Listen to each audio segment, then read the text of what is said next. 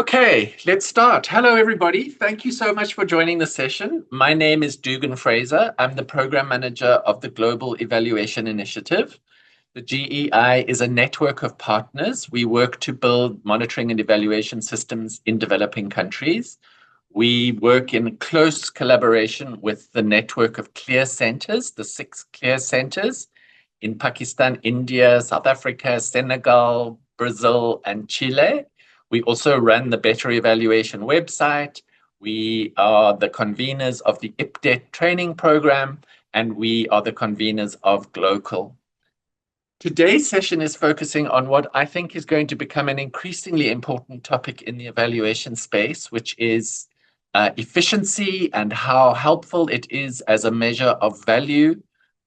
I'm very keen to learn more about this topic. It's always been something I've been a little dismissive of, and I think I need to get better and more thoughtful about it. Our panel today is going to include some of what I consider to be the best minds on the topic, and I'm really looking forward to hearing from everybody. Very briefly, I'm going to introduce the speakers. We have the eminent Megan Kennedy-Chouane, who is from OECD-DAC. She's going to be our first speaker. She's kind of the authoritative voice on the DAC evaluation criteria, one of which, as you know, is efficiency. Our second speaker is going to be Julian King, who is from New Zealand. He's a well-known writer on the topic and works closely on efficiency, value for money, and value for investment. Sohini Mookherjee is the acting director of the CLEAR Center in Delhi. She's going to be speaking after Julian. Mani is a very eminent member of the evaluation community who's played senior leadership roles at the IEG and the World Bank, the former head of 3IE and the current head of evaluation at the Asian Development Bank. And we have Sven Harten, who's the deputy head of the DEval Institute, where he leads the ECD work and some of their methods work. And the idea is that I'm going to give each of the speakers a few minutes to kind of answer a general question, and then I've got a specific question for them. We're going to let them talk for 4 or 5 minutes and then have a bit of a chat. And really, I'm asking you to put your questions in the Q&A box so that they're able to respond to them. Just to note that we're not doing translation on this session. All the other Glocal sessions that we've convened, we've had multiple languages, but we're not doing that today. Just want to respond to Ian Hopwood in the chat. Thank you, Ian. It has been quite energy consuming, Glocal this year, but also very energizing. So without further ado, Megan, tell us now. So tell us about, I've kind of got an introductory layer of questions, like how do you understand efficiency? How well do you think it's used? Have you seen a change in the way the term is being handled in your space? But really talk to us about efficiency as one of the DAC criteria. I want to draw people's attention to Megan's contribution to my LinkedIn post where she actually defined the term. But how useful do you think efficiency is? How do you think it gets badly used? Over to you, Megan. Starting now, you have about 5 minutes. Great. Thank you so much. And thank you everyone for being here with us today. And I really share Dugan's sentiment about the way efficiency is sometimes perceived as being a troublesome criteria or a troublesome area of analysis when we're talking about, in particular, sustainable development progress. So I would like to start with the definition. And as you may be aware, the OECD's Development Assistance Committee, which works to help make development cooperation have a stronger contribution to development impacts in different countries, we defined 5 criteria in the 1990s. And the aim of these criteria is really tied to the heart of evaluation. They're tied to the idea that we should be looking in a values-based way at what is being achieved and how resources are being used. And we revisited these definitions in 2017 to 2019, actually, with an extremely broad global evaluation consultation process with the evaluation community, but also with many other experts. And the result was a new definition of the term efficiency. And we identified a number of challenges across all of the 6 criteria, in fact, and we also added a criteria in 2019. And many of the challenges are linked to the way that not only the way that the terms or the criteria are defined, but also to the ways in which they are used in different contexts, in particular in international development cooperation, which is my area of expertise. But I'm glad to be on this panel because we also have other perspectives, including using the criteria in projects or local communities in national contexts, etc. So maybe just to start with the definition itself. How well are resources being used and the extent to which the intervention delivers or is likely to deliver results in an economic and timely way. And here we define economic as being all types of input, so including expertise, technical knowledge, funds, human resources, natural resources, time, etc. And how these are converted into, through the process of an intervention, into outputs, outcomes, and impacts. One of the important changes that we made in 2019 was to clarify that efficiency can be looked at along the entire results chain. So that means we can look at how efficient creating hand washing stations is for increasing the amount of hand washing, which would be an output. But we can also look further down the results chain, for example, at the efficiency of that intervention in reducing deaths related to diarrheal disease in children. What we also acknowledge is that there's an important component of what we call operational efficiency, which is how well programs function in using resources. And I think this is an area that's been increasingly debated also in international development. A couple of points that I want to make about the concept. One is that all of the criteria are premised on the idea that you have an objective. So we're not doing research in the more general sense. We are actually evaluating an intentional intervention that has a goal. We're trying to create some change, create a change in behavior, a change in knowledge, a change in physical infrastructure, for example. So all of the criteria are asked in relation to those objectives. And they're also very important in terms of understanding the order of the criteria. Sometimes people don't pay attention to the actual intentionality around the order that we discuss the criteria. So we always start with relevance. If you're doing the wrong thing, it doesn't matter how efficiently you are achieving that wrong thing or how efficiently you're implementing a project. So we have to first start with relevance and with effectiveness, because we have to look at the results. And I think this is an important point that we make also in our guidance and in terms of your question, Dugan, of how do we see people doing efficiency not well, or how do we see them doing it well, on the contrary. What we see is that often efficiency is confused with the basic concept of cost. So something cheaper is automatically assumed to be better in that it's more efficient. And this is simply not the case. So as with all the other criteria, but perhaps even more so, efficiency is about looking at alternatives in a given context. So we may find, for example, that operating in communities that have high levels of violence and insecurity may result in higher costs related to, for example, delivering food aid. That doesn't necessarily mean that those projects are not efficient, because they may be the most efficient option in that given context. So I think we always have to apply this principle of looking first at whether we're achieving results in order to then be able to assess whether those results are being achieved in an efficient way. Second, understanding the links to the context. And the third would be a real limitation around, I think, the capacity of evaluators, but also the broader systems to actually produce sufficient data for benchmarking of efficiency.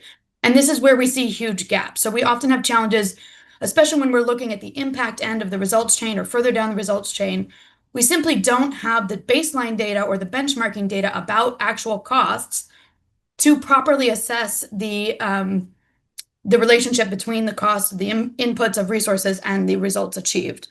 So it's not a small challenge, and it happens even at very basic levels of projects where we simply don't have good data to be able to really do a proper job on looking at efficiency. And finally, just to close, I think we have this challenge also of the term efficiency, as with all the other criteria. As I said at the beginning, it's a value-based term. So the question is, I think nobody would disagree with the idea that our government should be efficient, or that a project should be implemented in a way that is efficient in using resources. And in fact, this is becoming an increasingly important area in all contexts in many different countries where public resources are under growing criticism or scrutiny and under pressure. But the question at the heart is also, what are the policy objectives that we are actually trying to achieve? What are the results that we're aiming to achieve? Or what is the problem that we're aiming to fix? And that's where I think actually a lot of the debates currently in different countries and different communities are actually coming up. They're not about the criteria as a concept themselves, but about the different prioritization of different values in judging against those criteria or in prioritizing different policy objectives that we may be trying to achieve. And I look forward to hearing more from the others. Thanks. Great stuff. And what a great place to end, which is really an important point, which is that efficiency is often a mask for a disagreement on a policy intention.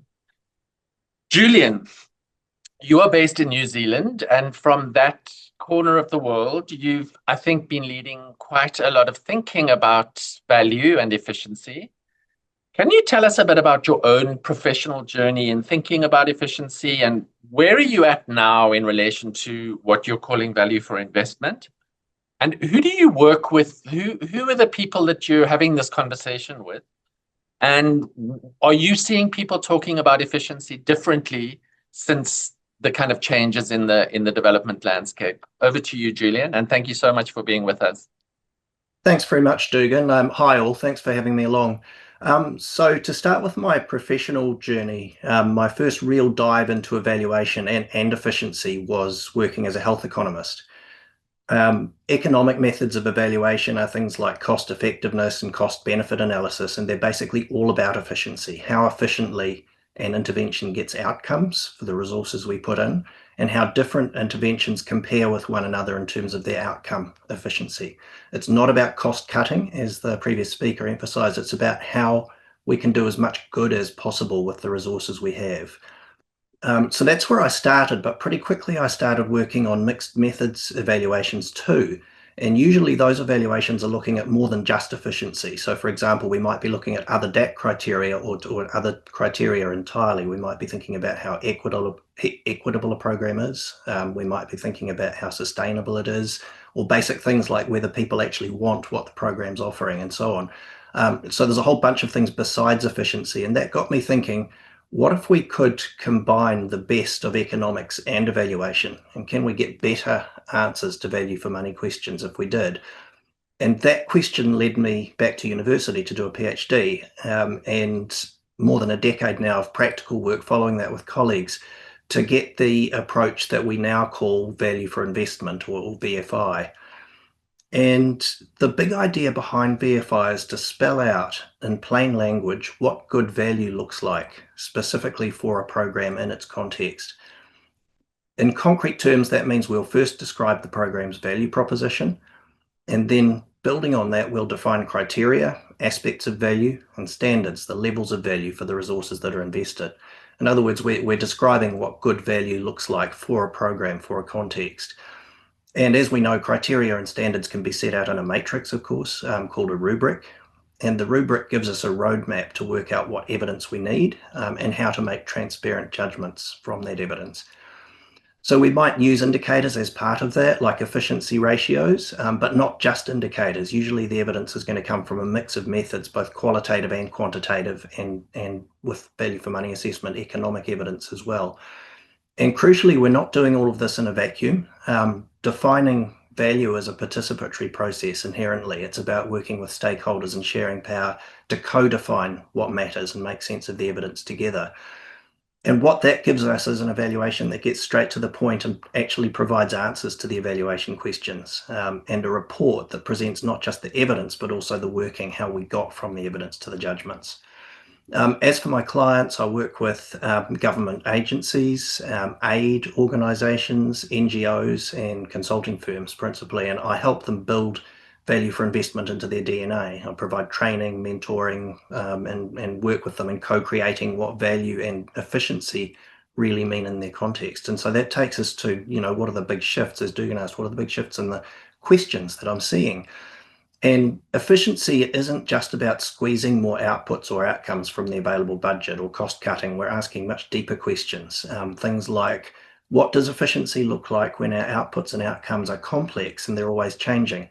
Like the efficiency of good policy advice. And it turns out in those contexts, things like responsiveness to a changing context is more meaningful than a simple ratio like cost per output. What are the preconditions for efficiency? It's often about investing in basic things like relationships and trust and shared goals before we can have any hope of actually seeing real efficient working. So there are precursors to efficiency. Another question is, how do we improve equity as efficiently as possible? And that question recognizes that programs don't exist simply to be efficient. Their fundamental purpose is something else, like addressing inequities or maybe protecting the environment or something else. So being efficient isn't the purpose, it's not the why, it's part of the how, it's an important part of the how. But it means we want to reframe sometimes our criteria. So for example, in some programs, what we really want to do is improve equity as efficiently as possible so that we can maximize what we can do to improve equity with the resources we have. And that's a very different ask from just saying be efficient.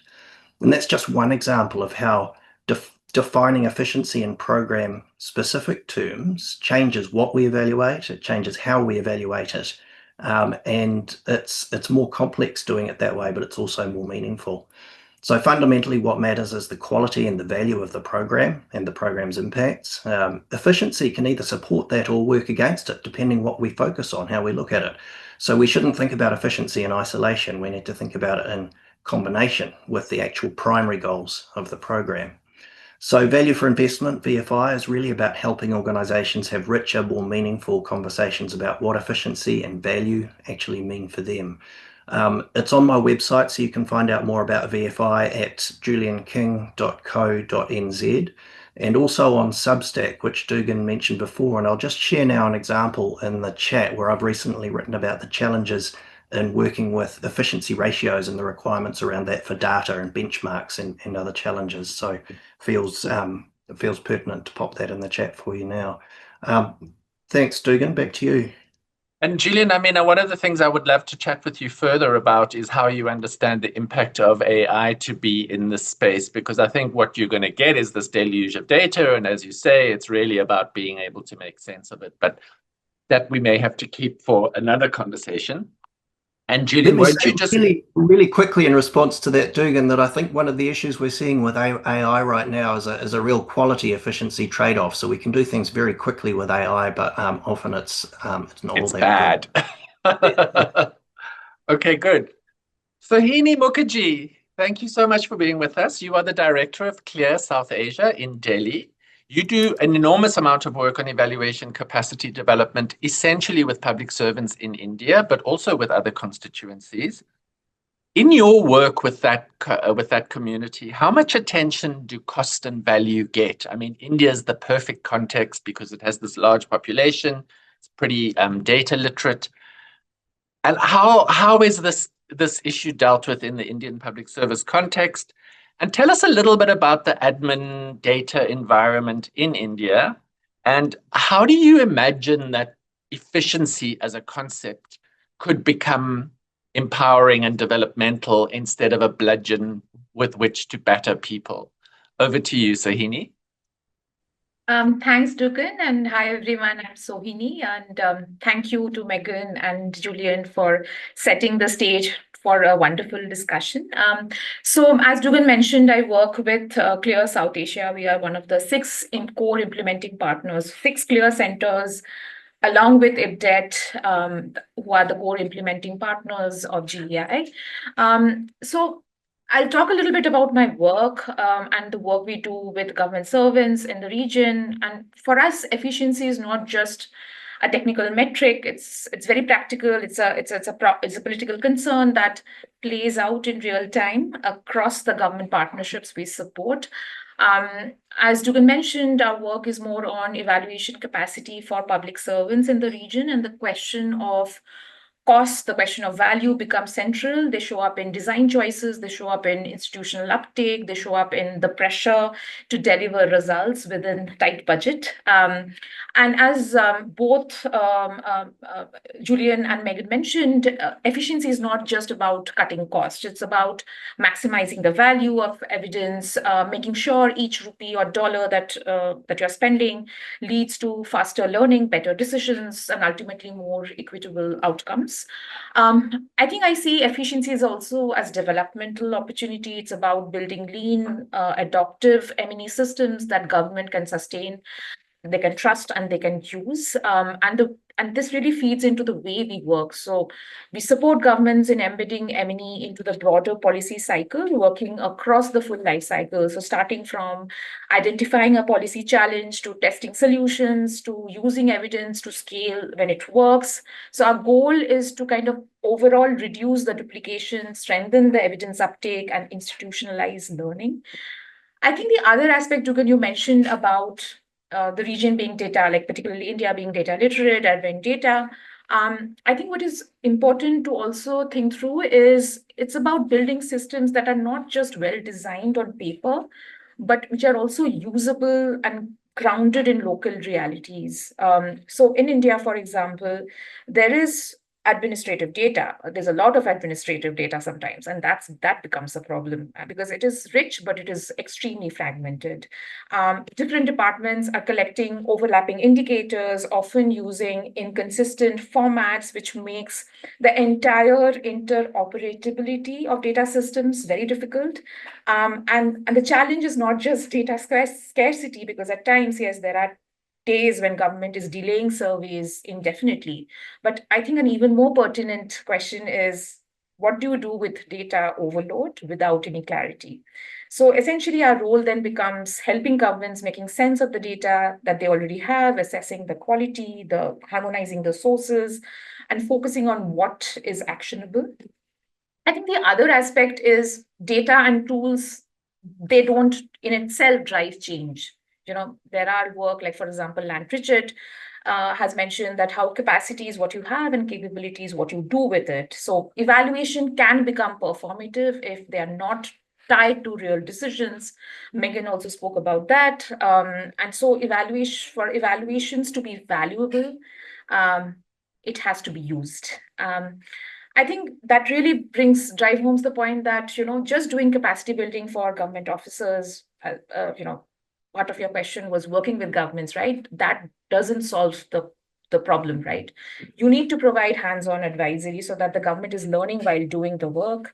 You need to provide support on shifting the institutional culture. And I think GEI has also been thinking a lot about not just the supply side of it, but also the demand side. So how can we as a community become market builders in the evidence economy? I think what I want to also kind of quickly touch upon is to kind of shift away from one-off evaluations, right? So what is it that we are learning about a intervention or about a portfolio, right? Because often the default is to do an evaluation, right? But if there is rigorous evaluation that has already been done, when are we asking questions about generalizability, right? And questions around whether you actually need to reevaluate when you already know something, or whether you can actually do smart scaling with the existing body of literature that you have accumulated. I think finally, I want to also touch upon what Julian mentioned about the need for efficiency should also serve equity, right? The idea is to design a system, an MEL platform that serves the underserved in low capacity settings, so that evidence is not just generated, but also used by those who need the most. So we saw that in COVID-19, where adaptive MEL systems could really help government prioritize under pressure. I think just to kind of wrap up, just 3 questions that I want to leave the discussion with. And Dugan asked us to be spicy, so this is my attempt to put in some Indian spice to the discussion. I think the first question that I think we should think a lot more of is, are we over-evaluating in context where the marginal learning is low? So what I mean by that is asking the hard question that, does each and every program need a full-blown evaluation? Yes, sometimes it does, right? But sometimes there are things, existing evidence, if you go back to the underlying mechanism and what is it that you're learning about human behavior from an evaluation. Are these generalizable or are these not? And again, if it is not, then definitely you should evaluate. But can you support the government in smart scaling when you have enough body of literature out there from rigorous impact evaluations?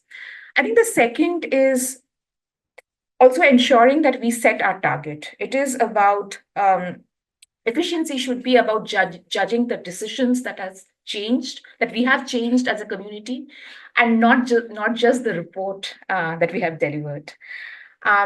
I think the third point that I wanted to leave with is the systems level perspective, right? The default for government is often to duplicate efforts across departments, making sure the data, but then what also happens is data systems don't talk to each other. And sometimes investing in systems levels seems expensive, but ultimately it can address interoperability. It can lead to more efficient system in the downstream, save time, money, and really future efforts. So are we investing in systems level efficiency by really chasing only project level metrics? I'll stop there and I look forward to the discussion. Such interesting question, Sohini. There's also a Glocal session tomorrow that I'm sitting in on portfolio evaluation, which kind of comes to this question of systems. I'm not going to try and answer your questions. I love them. I see that some people were nodding when you asked if we're over-evaluating. How dare you suggest such an outrageous thing? Oh my gosh. Want to shift to Manny now. Manny's a really wise man who's done a lot of things, worked at the IEG, worked at 3IE, currently at Asian Development Bank. Manny, I think you've come to know a lot about how MDBs do efficiency. Do you think they do it well? Are you seeing changes in the way multilateral development banks think about efficiency and measure it? And is this avalanche of data that we're experiencing and its use in large language models leading MDBs generally and ADB in particular to do efficiency analysis better? Is the learning that's coming out of this data torrent leading to better lending and improved development outcomes? Thanks so much for being with us, Manny, and over to you. Thank you so much, Dugan, for inviting me here and for a really complex set of questions. And I'm glad you're giving me a half an hour to address them really clearly. There's been a misunderstanding. Look, let me just make a couple of quick points. As you say, I've spent other than a decade working in think tanks and universities, the better part of my very long career in development banks. And development banks have a very clear notion of efficiency that goes back a long way. It relates to what Julian was mentioning about, basically cost-benefit analysis. It's value for money, which is, I think, different from what Julian was getting at in value for investment, although I'd really like to learn about that. I think there are, in fact, not only does these banks compare value for money of individual interventions, they go the next step and actually monetize the value and then come up with a rate of return on those investments, which we in the evaluation community then do again to make sure that they are in fact valid after the project is done. And that's how it's been done for years. I'm not saying it's been done well all the time. There have been challenges, but that's what we do, especially because in the multilateral development banks, our clients borrow the money. So the ministries of finance want to know, compared to other investments we could do, is what you're investing in the best value for our money? It's their money. That's why we have to spend so much time on this notion. I think let me just mention 4 issues that we've had in doing this work. One is, as Megan mentioned earlier, all of the DAC criteria are related to each other, and you can't have efficiency without effectiveness. And one of the challenges in effectiveness is attribution, which is where I spent, as you know, Dugan, a lot of my time at 3IE trying to really get at the question of, even if you see value, can you attribute it to the intervention? And that's a very complex issue. Another one is, I think both Sohini and Megan raised a point about getting data, even on things that are seemingly as simple as cost. You would think that banks and ministries of finance would be really, really good at keeping track of how much you're actually spending for different interventions. The fact is, it's a big challenge after the fact, after the intervention takes place. It's much easier, for example, to get budget data, how much they intend to spend, but how much they actually spent is difficult.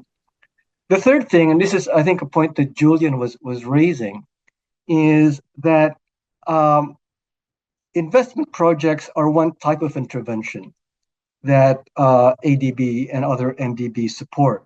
But there are many other types which really are trying to achieve outcomes in countries, not because they have a financial or economic rate of return right off the bat, but they are building institutions, they are building relationships over a longer term.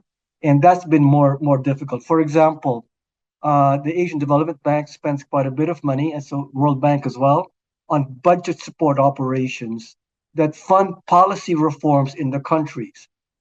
We have found that it's been very hard to employ the notion of efficiency in that setting. What does it mean to have efficiency when you have a policy change? Timeliness certainly would be one factor. Is it, can you buy more? Is it that you can buy more policy change per buck? No, I don't think so. And so what we've done is basically not applied, sorry, Megan, the OECD-DAC criteria, decided not to stop doing that, applying it to our policy-based lending. The last thing I wanted to mention is that, to bring onto the table, it's actually quite important to distinguish between the efficiency of our interventions versus the efficiency of the institution itself. So we do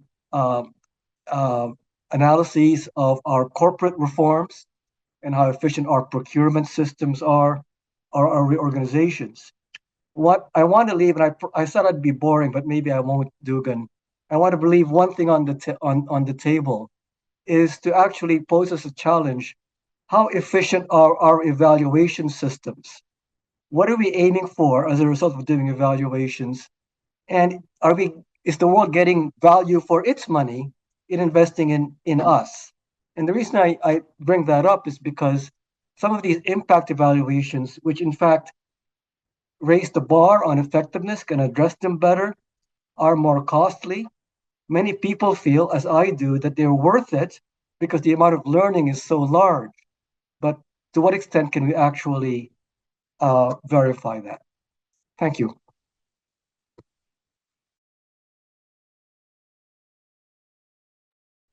I was in a session earlier this week with some people on evaluation in uncertainty, and there was quite a hostile take on national evaluation systems, and people were saying that they don't think they offer value, that actually the investments in building national evaluation systems could have been better used elsewhere.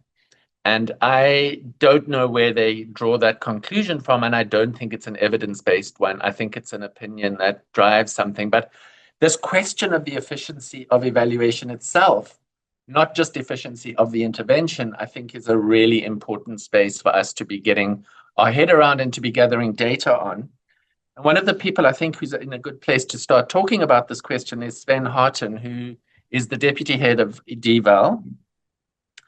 And I think, as many people know, DEval runs a big evaluation program looking at the German Development Assistance Program globally, which means that it has a very sprawling program that it needs to wrap its head around. And in doing that, Sven, how much attention do DEval evaluations pay to efficiency? And how do you manage that kind of inquiry, given the very diverse and heterogeneous nature of the interventions that you evaluate? Thank you for being with us, Sven, and over to you. Thanks, Dugan. Colleagues, well, what an amazing panel, and coming after so many great speakers, I had to tick off a lot of points from my list, which were already mentioned. Trying to answer your question, but also perhaps being a bit provocative and stimulate the debate. I would say DEval is quite typical compared to the rest of the development evaluation community, MDBs, UN organizations, multilaterals, bilaterals, in the sense that we're not good enough, and we need to do a much better job on efficiency. Ben, can I just why do you think we need to get better? What's the driver of that? Well, basically the global challenges, right? We have got fiscal constraints, the amount of financing for development cooperation, but in many places, for many social programs domestically are dwindling, right? I mean, maybe there's a point of getting much better in evaluating in the defense space, where most of the money is going nowadays. But for development cooperation or for domestic social programs, fiscal constraints and also public opinion is really critical. So if we don't get better at showing that we're doing a good job achieving the results in an efficient way, we will have a substantial problem. I think like a professionally threatening problem, as we've seen in the recent months. So if we as development community want to continue exist, and if we as evaluator want to continue exist, we need to do a better job. And by that I mean,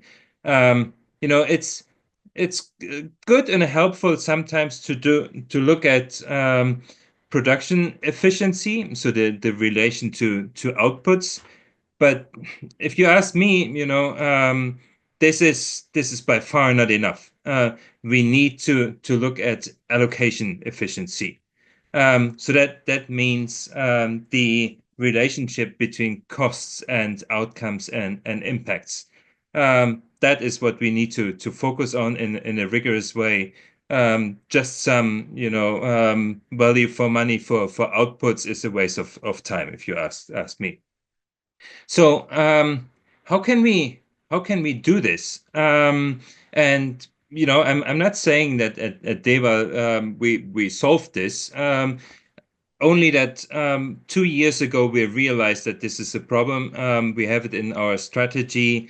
Then that we need to get better at efficiency for our own evaluations, but we're also currently doing a meta-evaluation on the use of efficiency in Germany's development cooperation, which my colleagues Martin Nolze is leading together with Markus Pallenberg, who many of you may know, and they're updating the Pallenberg paper from 2011. So a lot of things that I'm going to refer to just quickly comes from their work. So one is how to get better. Well, first is, be really clear what is actually our evaluation interest. What do we want to find out? So do we want, a formative within case efficiency analysis where our main aim is to make ongoing interventions more efficient? Well, then there are a couple of methods that are useful for this: financial analysis, unit cost benchmarking, comparative stakeholder ratings, expert judgments, and so on. Or do we want, have a summative cross-case comparison of efficiency in terms of benchmarking, really to understand, okay, which kind of projects do we want to choose? And then we're looking much more at stuff like, of course, cost-benefit analysis or cost efficiency analysis and other cost-utility analysis, so other methods. So I think in many of our evaluations at DEval, but also other evaluations that I've seen, this evaluation interest, the purpose is not clear. The evaluation questions in terms of efficiency are not good enough. We need to get better of a conceptual understanding of different types of efficiency. What I just mentioned about those sort of cross-case within case, you rarely see this. And then thirdly, and this is also something that Julian mentioned, for instance, come up with a mixed or multi-method design. We're talking so much for the other criteria about mixed methods designs. For evaluations, sometimes, you read, oh, we couldn't do a cost-benefit analysis, so we dropped the criterion. That's just not good enough. So understanding, okay, do we do some sort of within case project level analysis, and how do we combine this with benchmarking, with cross case analysis? Only then we'll get to the analytical rigor that we need to answer this question. And maybe just to finish up with one thought as well, one method that Markus Pallenberg also referred to in his original paper, and he's updating now, which I found really quite interesting and new to me when I read it, is multi-attribute decision making. It's MADM, which seems to be a really powerful and generally applicable approach that allows comparing efficiency of interventions from the perspective of mainly a single decision maker. So this is a method where, if you have incomplete efficiency information, so you have maybe a cost-benefit analysis that is complete for one type of intervention, but it's incomplete for another. With this method, you can go to your director, to your deputy minister, to your minister, whoever, program manager, and work in a participatory way with this person, sort of as a real world guide for decision making to choose those options.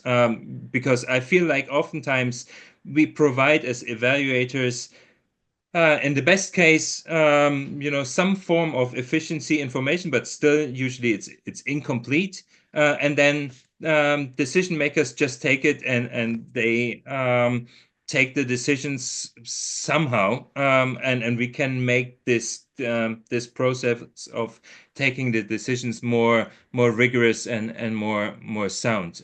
So it's not only about what we present as evaluators in terms of the efficiency, but also working with decision makers, with small groups of decision makers, how to use this information and make the right evidence-informed choices. Let me stop there. Thank you.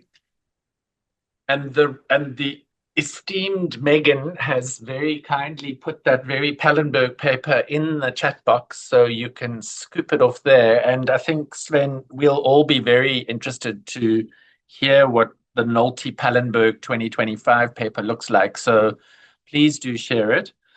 Can I ask members of the audience to put questions in the chat box? We've still got some time, and we'd love to hear what you think. We'd love to know if there's stuff that we can engage with you further on. I've got a question, and can I also invite the panelists to please also feel free to put questions in the chat box, because I'd love you to ask your colleagues questions as well. But Manny, I want to talk to you for a minute about the role of efficiency in RCTs. I think one of the criticisms of RCTs is that they're difficult to it's difficult to integrate an efficiency lens into an RCT. Do you agree with that critique? And have you seen it being done well in RCTs? You mentioned that RCTs are expensive, but you think it's a justifiable cost. Have you got any thoughts on that particularly? Well, just a couple of thoughts, Dugan. I think that especially it depends on the kind of intervention that you're looking at. If you're looking at interventions for which there's already, I think it was Sohini who mentioned, quite a bit of evidence, then there's no need to have an RCT. But if you're really at the cutting edge and doing innovations, you really ought to make sure that, when we do pharmaceuticals, the Food and Drug Administrations of countries won't let them out until they've had some kind of testing to make sure that they're effective. So for that, I think that there's more room for that. Secondly, I do think that RCTs can be cheaper than they are now. There are a couple of ways that can be done. One is that first, I think that some RCTs, especially of relatively simple interventions that are more like behavioral nudges can be done very quickly. I think somebody pointed out that one of the largest employers of RCTs are not governments, but tech firms. They're they're doing RCTs on us all the time on our search engines, and they're doing it very cheaply as well. Secondly, but it's hardwired into the system, right? It's kind of integrated. Exactly. Yeah. Exactly. The second is, I think technology has made this easier as well, especially when you don't have to have survey data, that if you can use big data in terms of measuring the outcomes, that certainly would make it easier. Just a couple of thoughts. So interesting. There's a couple of questions in the chat, but also some of the panelists have got their hand up. Two of the questions in the chat are very fascinating. The one is, what year of a development intervention is an evaluation required? And I think that really depends on the intervention, right? But I don't think there's a hard and fast rule of thumb. And at what point would you say a development intervention is successful? I think that's another depends kind of answer. Then Micah, very nice to see you, Micah. Thank you for being on the call. Has a methodological question. They relate to how to collect data, connecting it to effectiveness, as well as the important point that DAC criteria need to be contextualized. And Mike is asking, what are some of the approaches we have available and what are strong examples of evaluations assessing efficiency? But before we do that, I see Sohini had her hand up and Megan had her hand up, but she's put it down. Do you not want to speak? Megan, you were actually first.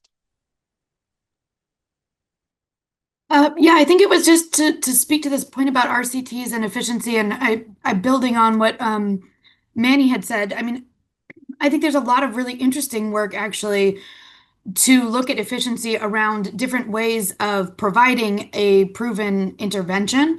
So a good example is the treatment of severe acute malnutrition. And I think colleagues from the RECRC and others have done a lot of really interesting work looking at different ways of reaching malnourished children in a community. So you can either do it by sending health workers house to house and screening children, or you can do it through providing education to parents to screen their own children through other means. So actually then testing, well, what is the more efficient way to get more children that need this treatment enrolled in the actual program? And that's to me is a great example of where the efficiency question is hugely important. Because if you can reach with your small outreach budget of 100,000 euros, you can reach 5,000 children versus 500 children. You can actually save 10 times the number of lives because we know that the treatment for severe acute malnutrition works really well. So I think it just goes back to this point of, and several people have flagged it now, is this, when should we do an evaluation and when should we focus on different aspects of the criteria? So for many decades, we did lots of evaluations focused on effectiveness to look at how to treat severe acute malnutrition.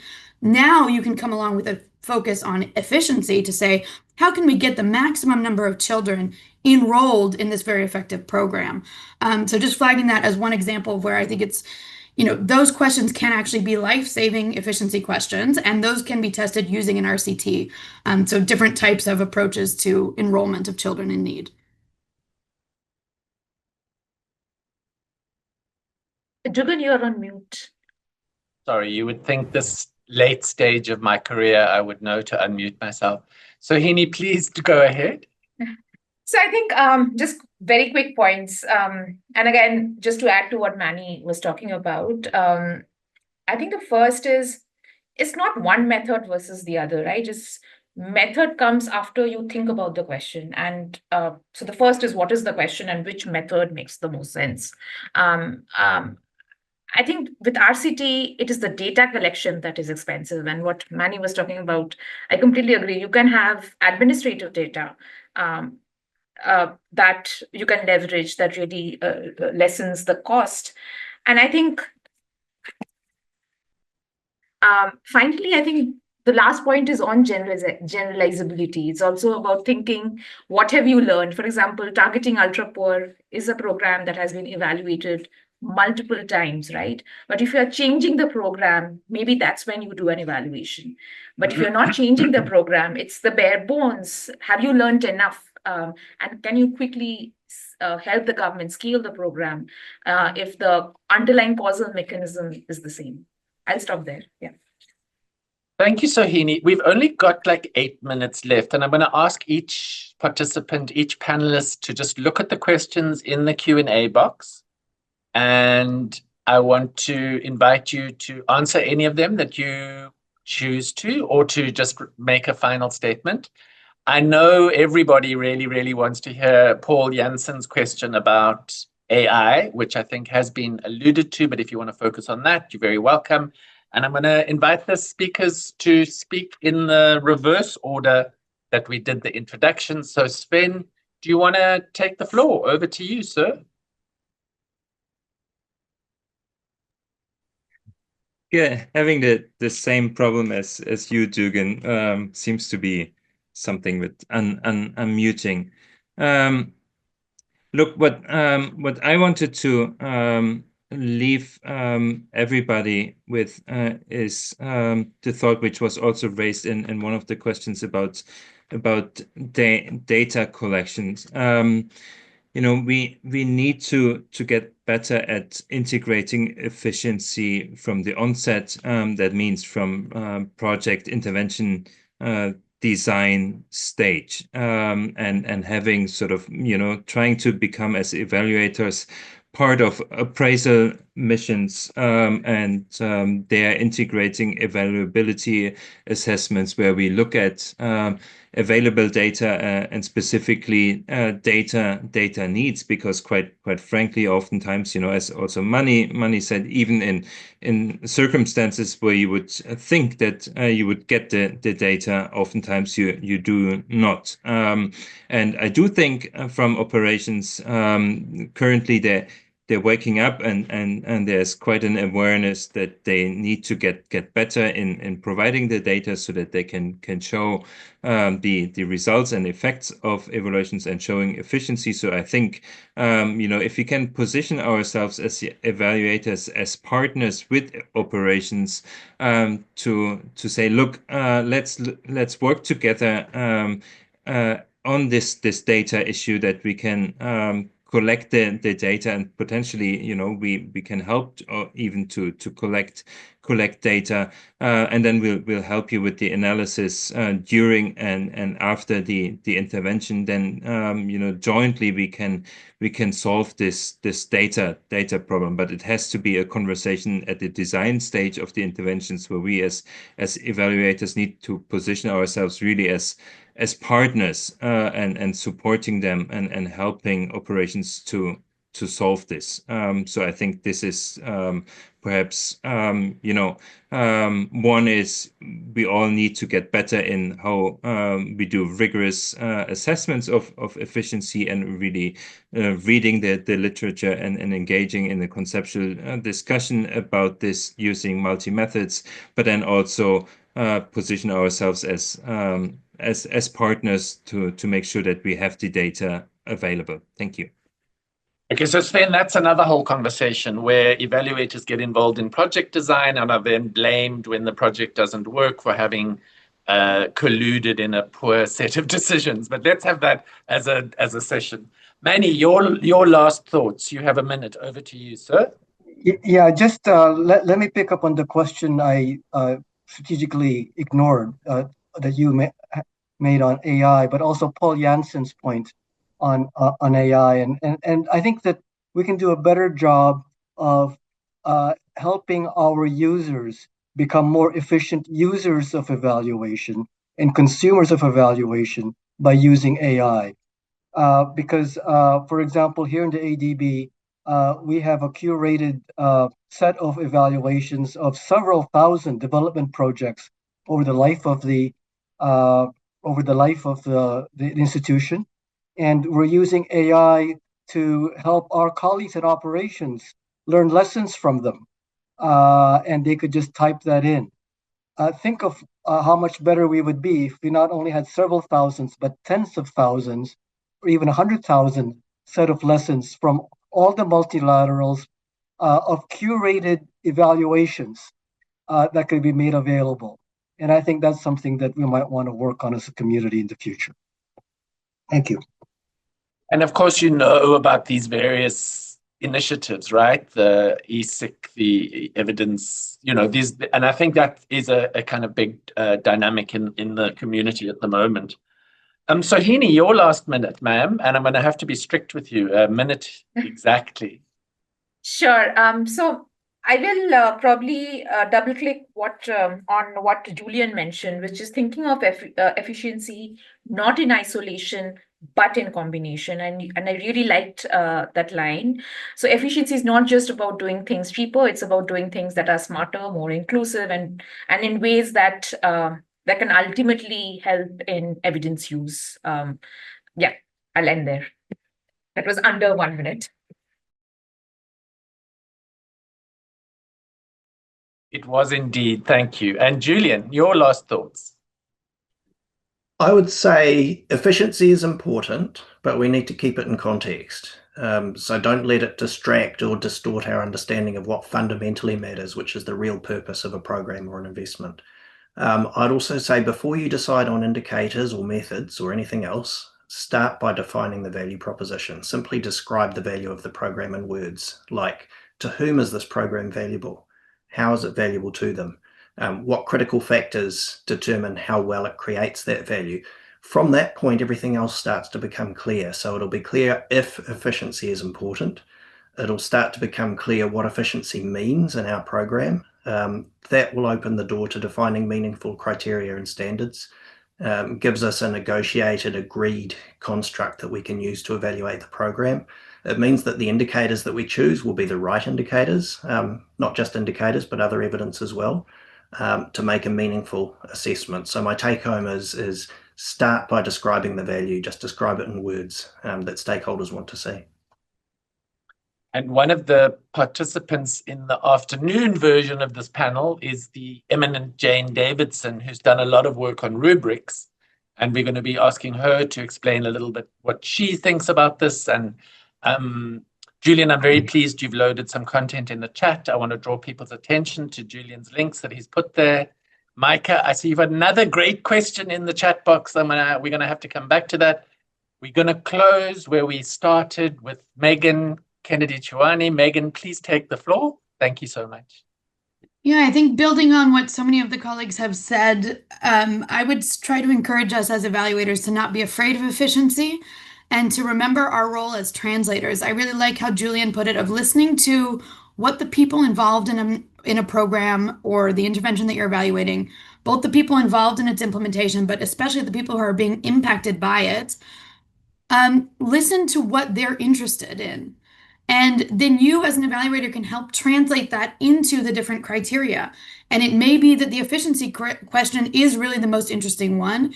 It may be something else, and it may be relevance is often one that comes up. So be a translator, and it doesn't matter if you don't use the word efficiency, because normal people often don't use the 6 words of these criteria, but they use other concepts and other terms that are meaningful.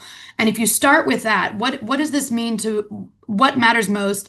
And then Sohini's point of what information can we provide as evaluators that's actually going to be most potentially valuable?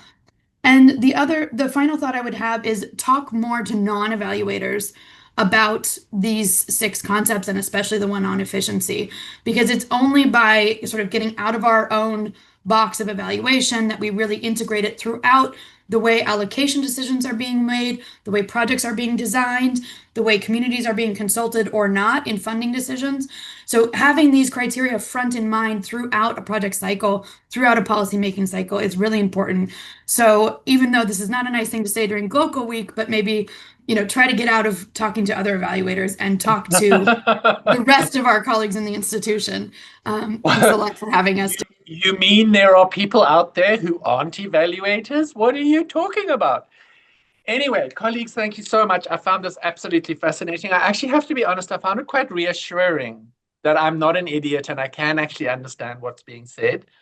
I want to remind you, we have another session today on this topic at 4:30. Please do join. We have some great speakers, someone from IAG, Jane Davidson, some very interesting people.